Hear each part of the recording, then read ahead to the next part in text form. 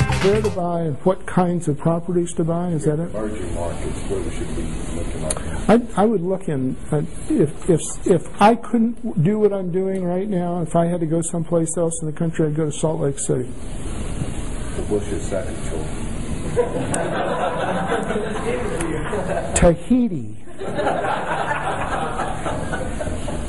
No, Salt Lake City is it is ripe for commercial development, commercial activity. Yes. But I wouldn't choose to do that. If I were to go someplace right now, personally, I'd go to Honolulu because I like being in Honolulu and I can do what I do just about any place. My question is about these commercial securities of the commercial markets don't go down to the next. Yes! I'm so glad you brought that up because every commentator that I see on CNN for the last 3 years has been predicting that the other shoe is going to drop. Have you heard that? Yeah. What other shoe would that be? Commercial. Well, let's see, commercial. That's half your model. I'm sorry? That's half your model. You got residential, you got commercial. No, it's not half. 40%. No. He's the one that runs the commercial side. He's 100%. You're 100%. Okay. Yeah. You got a lot of exposure there. Maybe. Of what? Of what? Yeah.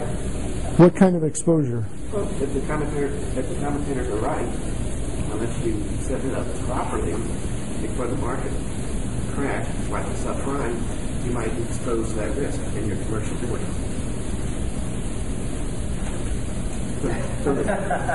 You've been doing this for 45 years, right? Mm-hmm. Yeah. I don't think we've had this type of fear in the marketplace for commercial. Not since 1993. Yeah, okay, but no one heard of securitizations back then being the big threat. Except for all the REITs. Yep. This has been going on forever. There is nothing new under the sun. There really isn't. Okay. In the 1970s, the REITs went down the toilet. And everybody said, we'll never let that happen again.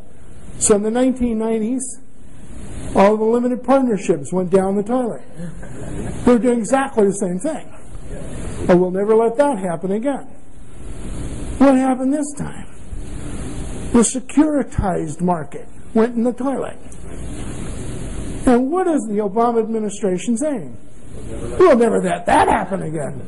At least not while I'm president.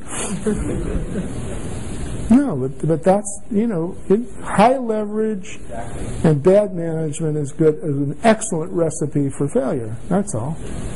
Yes, sir. And I got some more to talk about because the commentators are saying because commercial properties are typically financed for only 3 to 5 years at a time, all those loans are coming due, and so you're going to see a huge drop in the value of properties.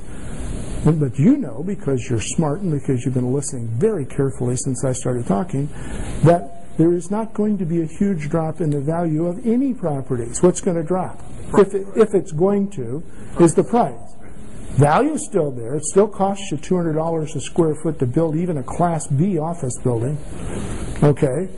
So when we run out of them, it costs you $200 to build them. So the value for a Class B office building is going to be pretty steady. Par is going to be pretty steady at what? $200 a square foot. Yeah. Exactly. So if you can buy one for $100 right now, what should you do?